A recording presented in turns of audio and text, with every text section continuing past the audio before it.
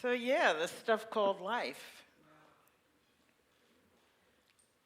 If we listen to the world and we pay too much attention to the world, then we get caught in the physical of the world and the messages of the world and what the Fillmores called and what they call in race in New Thought, race consciousness, human race consciousness. And most of that is just predicated on this physical realm and what our brains do and how we deal with life and how our brains deal with our existence in life and how we evolved as humans. And most of that is that we're just trying to get by and we're just trying to make it, we're trying to live another day. Our brains are to help us survive. And so our beingness, our race consciousness is about survival. Which means, in survival, there's always winners and losers. And if you're going to live, you want to win.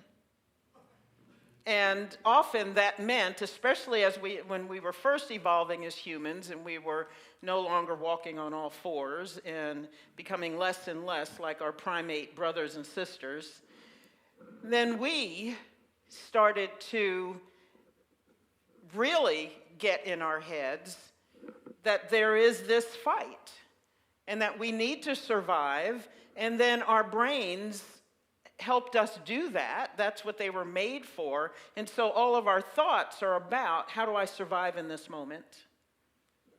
And how do I get by? How do I win? How do I live to see another day? And so there's always the fight, always the struggle. And that has been with us for thousands of years. That's just how we are wired as human beings. And the work, as Raheem was saying, is that we get past this need to survive and fight, the propensity to survive and fight, and get to something more open, loving, spiritual. In my class this past Wednesday, we talked about what is spiritual, and we came to the conclusion, now the class is about advanced consciousness, so everything is spiritual.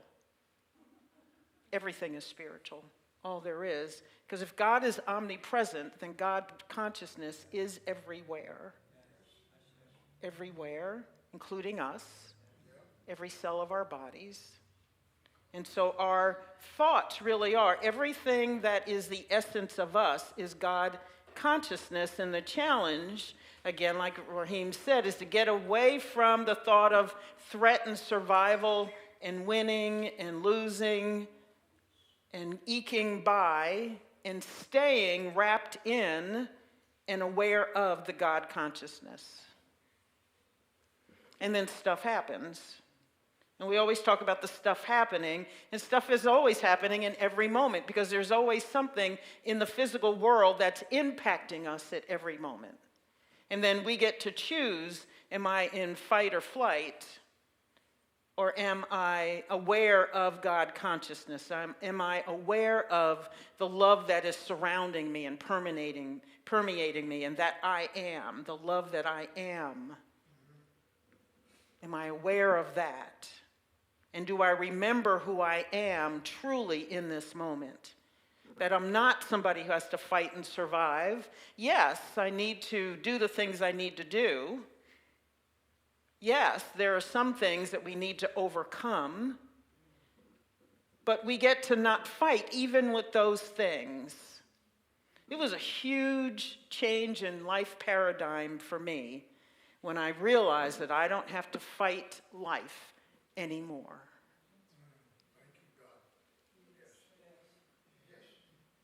I can just stop fighting.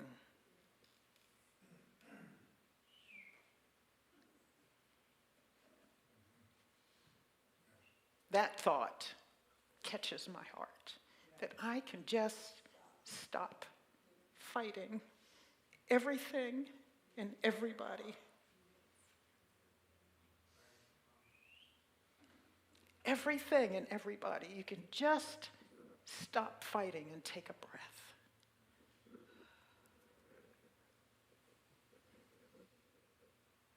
And I mean everything and everybody. You can just stop fighting.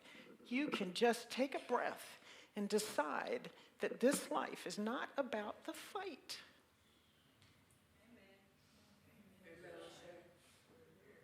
It's not about the fight. No matter what's in your path, you can choose not to fight. And you get to choose that and be secure in that when you're aware of God consciousness and you're aware of love being what life is. When you can shift there,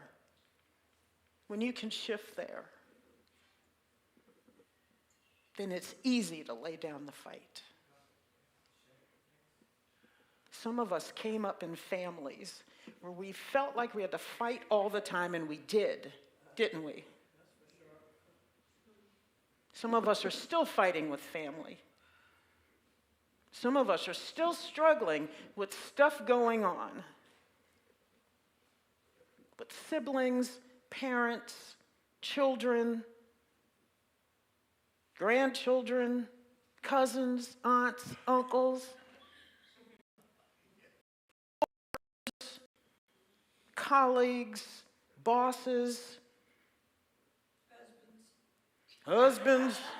Woo. All right, equal opportunity, wives, ex-husbands, ex-wives, stepchildren. Some of us are fighting with our pets. Yeah, some of us are. They have pets fighting with each other. I have friends who have to separate pets in different rooms to feed them. And this one can't be out, and at the same time this one's out. Everything's a fight. Gosh, if you can't even be with your pets and not fight, what's next?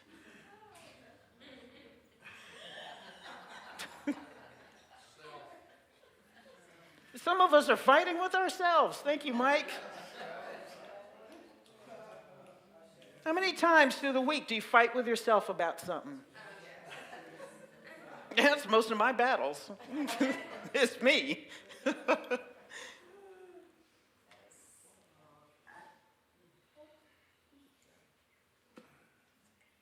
The fight. We can lay it down, and then we can focus on love, not just the love we know how to do here in this physical realm from the way we learn to love in our families, because often that had nothing to do with unconditional love.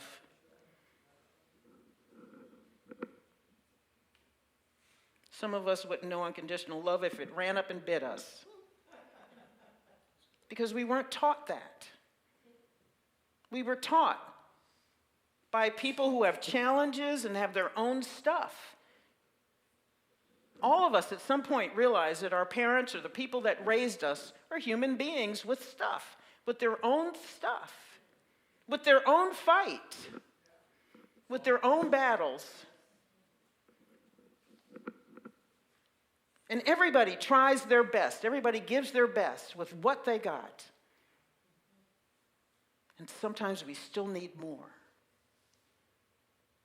Sometimes it's not enough to get us to unconditional love. God loved them.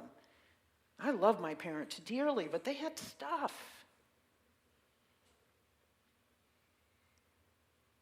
They loved me with all of their hearts, deeply, gave me, sacrificed for me. But they had stuff.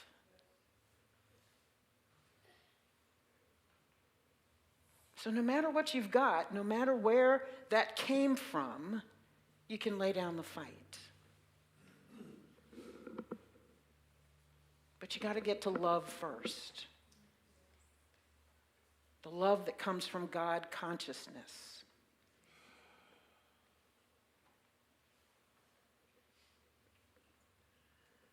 So there's always the question when we hit something, when we hit some skid in the road, when we hit a speed bump or a hurdle or a brick wall, whatever it is we've hit,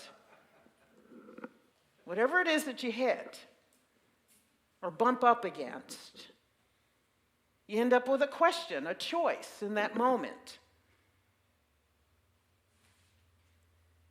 Am I going to fight or flee or do some other something that's about a stress response that humans have, that our reptilian brains go to first, just like that, before you know what's happened? Or are we going to train ourselves to be open to love and to be open to God? To be open to our God consciousness, to be open to the love that we are. To be open to the love that everybody is, and to claim goodness in the moment, even before you see it. Because that's really our prayer. Is that we see something other than the problem, that we see something other than the fight, and that we see love and goodness in the moment. That's truly what our souls want. That's what our hearts want. That we want some peace in the moment. And that maybe I can stop fighting in this moment.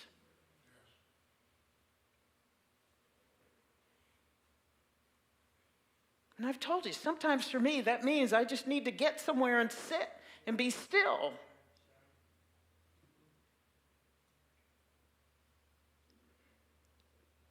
And now that I've been practicing that for a while, I do sit and I get still more often than I come out fist swinging.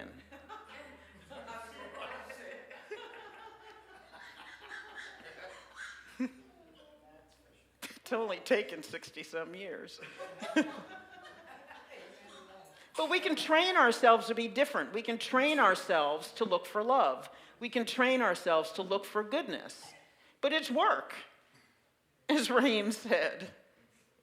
He comes out of paradise, and he comes back, and he bumps into life, and he's like, wait a minute. I'm not feeling the sun. I'm not feeling the love. What happened to 2-hour yoga? What happened? Yeah, what happened? What happened? I don't want to do this. And so he's working at bringing that feeling here into every moment of his existence. Every time I've been to Mexico and I've spent my last minutes on the beach in the morning before we had to head to the airport, I have tears. Because I'm thinking, I've got my nails in the sand. Don't take me. No. Because something happens when I'm there. Something happens when that surf is rolling in and hits my feet. And I hear that surf, and I feel the sun, and I'm watching the sunrise come up. I'm not trying to leave.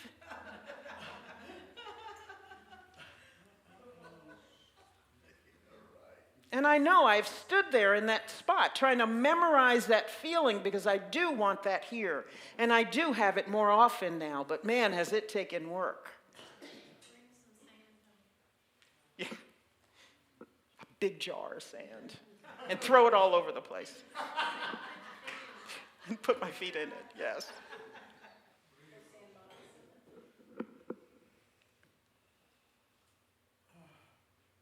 So we bump into stuff. We've got the problem. We've got an issue. So we have a question. What am I going to do now? We have a choice. Am I looking for love, or am I looking for what I'm used to, which is the fight and the stress? And that's our prayer. And whatever you choose, you get an answer. And you get either the love or you get the stress. You get the fight or you get rest. You get chaos or you get peace.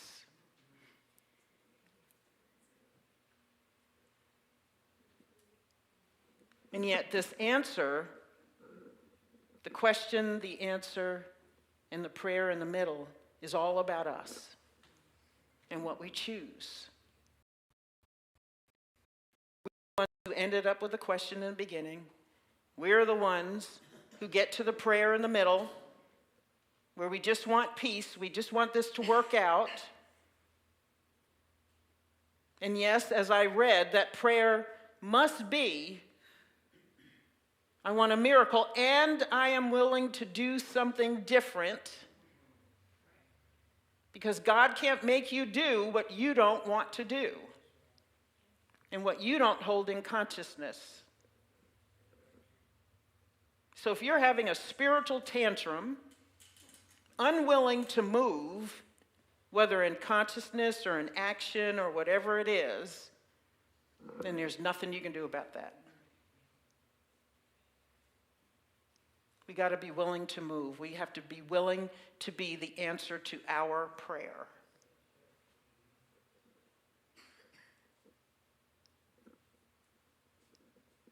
God can only do for us what we allow God to do through us.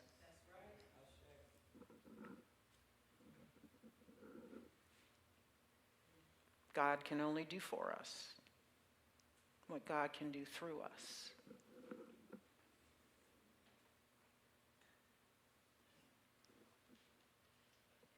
We are the answer to our prayers because we're making choices about what's going to happen in the moment.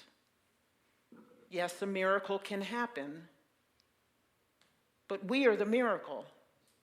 The miracle is our change in consciousness in that moment that says, I'm open to something different happening here. I am open to not fighting. I'm open to peace, and I will be an instrument of that peace in this moment. Which means I either have to change my mind, or I need to say something loving, or I need to shut up, or I need to do something, or I need to not do something. And if you're listening and if you're open, the answer is right there, waiting for you. It's always right there. Every single time you open your heart or your arms to God, there is an answer. The problem is we don't always like the answer.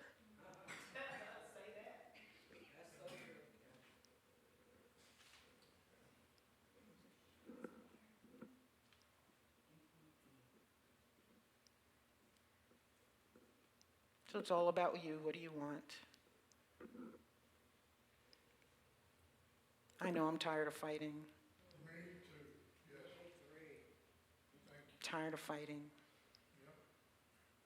And every single situation that comes up, no matter what it is, can be met with love, can be met with peace, can be met with openness, can be met with charity, can be met with power.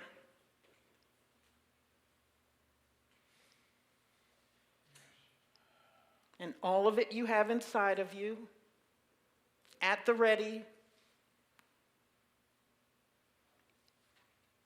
All of it you have inside of you. And then that feeling of peace, that feeling of being sun-kissed in the sand. That feeling of freedom, of having space within your day for you, for your soul, where you can go wherever you want and feel free and easy and supported and protected and loved and carried. And know that you are a blessing and blessed at the same time. All of that can happen.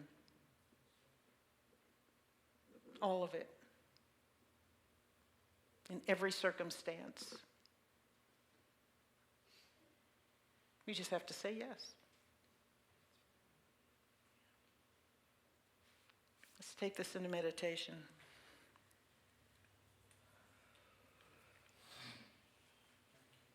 So just breathe.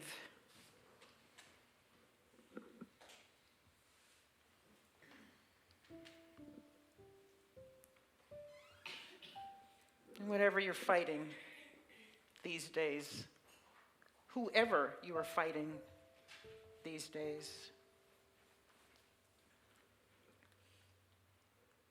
the question is, are you willing to let go of the fight?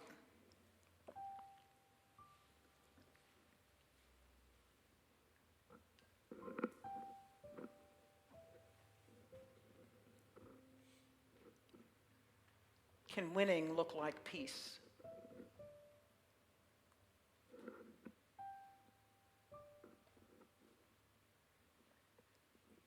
Can willing look like love?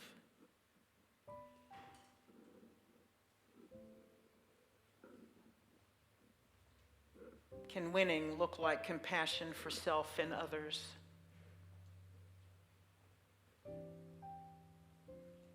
What do you need to change your mind about?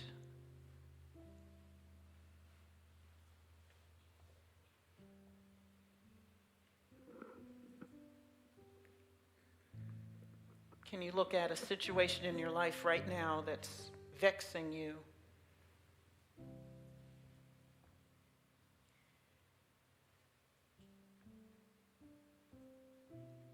And look at it plainly, simply, with openness.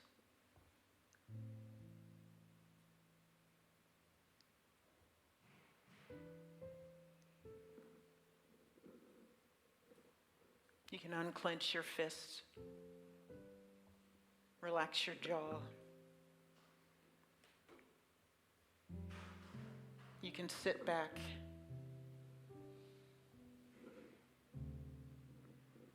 You can open your mind and your heart.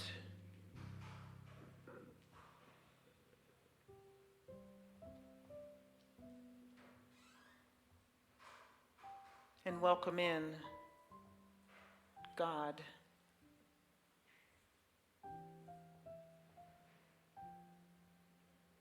God consciousness is already there waiting for us to just be aware of it in the moment and in that situation.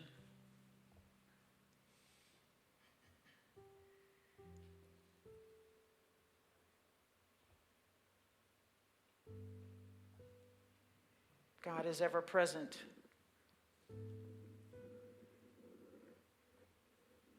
Waiting for us to see the light. Waiting for us to be the light.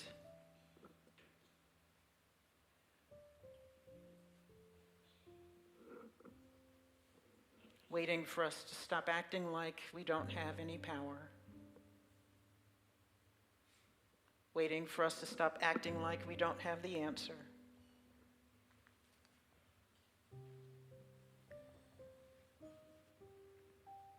Waiting for us to remember who we are.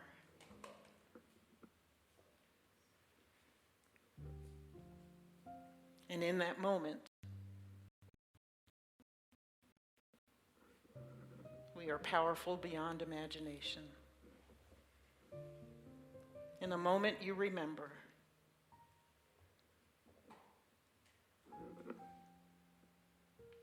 in the moment you say yes to who you are, truly, miracles happen.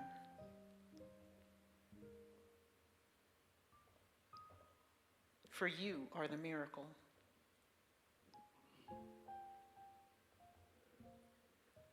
You are the miracle.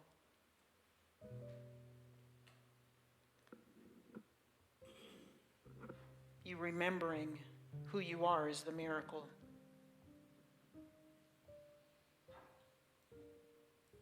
And all circumstances bow down to your dominion.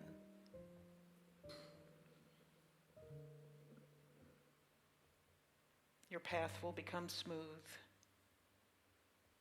Your way will become clear. Your load will become light.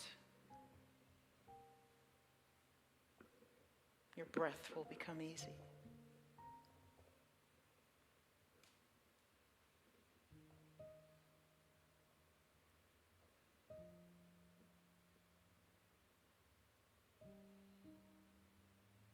And in that moment, you have resurrected.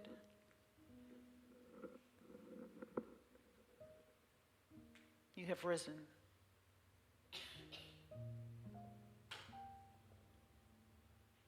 You have remembered your rightful place.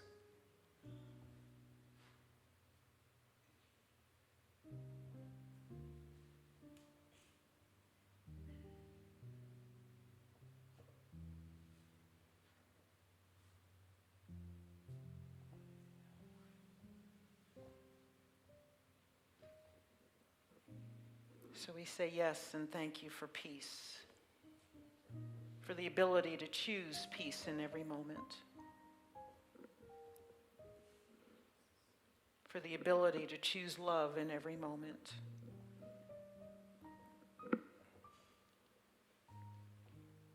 We say yes and thank you for power, for goodness, for light, and for this magical thing we call life.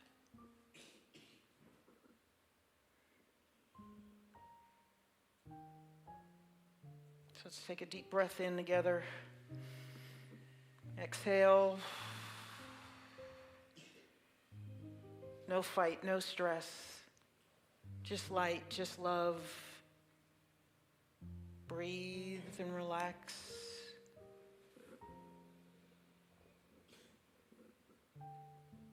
Knowing that peace and calm await you in every moment,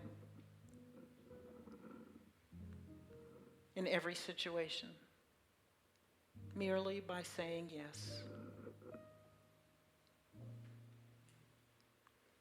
And so it is, and so it shall be. Amen.